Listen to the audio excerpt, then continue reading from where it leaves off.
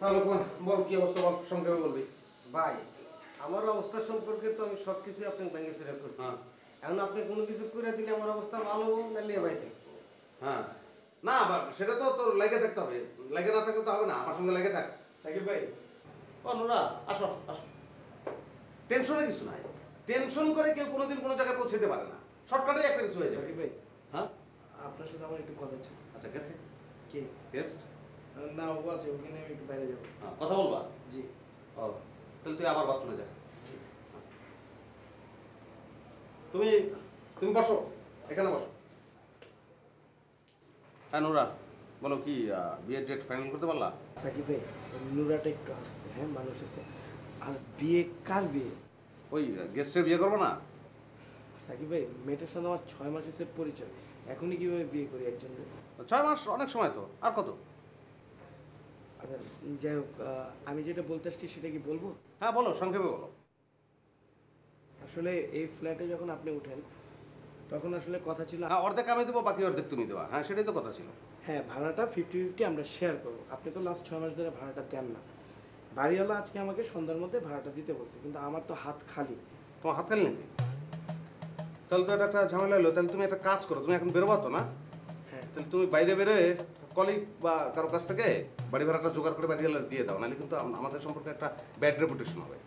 না সেটা বুঝতে পারছি, কিন্তু এখন কোনো মতেই সম্ভব না। আমি বাড়িতে টাকা পাঠাইছি, আর আমি এখন কারো কাছেই লোন চাইতে পারবো না। ইটস বেটার আপনি যদি সন্ধ্যার মধ্যে টাকাটা ম্যানেজ করে দেন, আমার জন্য ভালো হয়। না না, আমি তো শেয়ার বিক্রি করবো না, মানে 2 লাখ টাকার শেয়ার 1 লাখ টাকায় নেমে গেছে, এখন কে বিক্রি করবো? আমি খোঁজ খবর নিচ্ছি, 2-4 মাসের মধ্যে এটা কিন্তু বাড়বে, 4 লাখে যাবে, তখন অসুবিধা কি? আমি আবার সব তখন ভাড়া দিতে থাকলাম। আচ্ছা, আমার আরেকটা কথা ছিল, বলবো? হ্যাঁ বলো, সংক্ষেপে বলবা।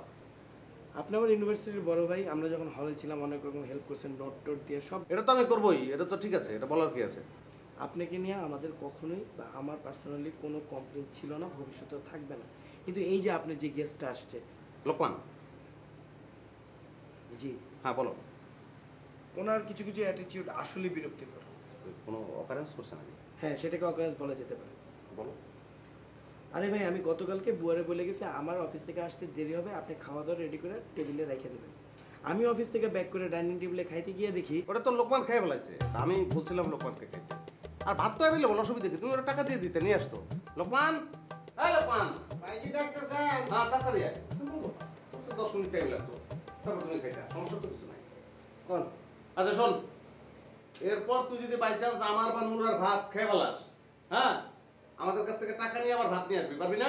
কোনো সমস্যা নাই ভাই, বসে বসে থাকি, হাজার কাম করে বললে আমারই ভালো ঠিক। গুড, ভেরি গুড, যা। হ্যাঁ যাও, গেস্টের সময় তো যাও, যাও।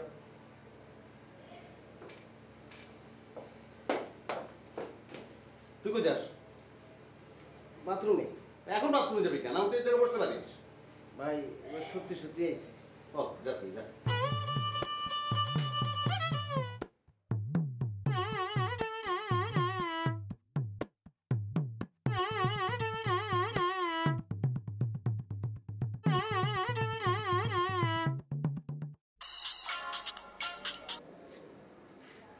হ্যালো।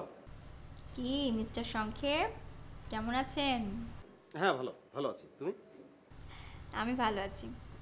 কালকে আমার সাথে একবার দেখা করতে পারবেন? হ্যাঁ কেন পারবো না, প্রেম হয়ে গেছে, এখন তো দেখা করতেই হবে।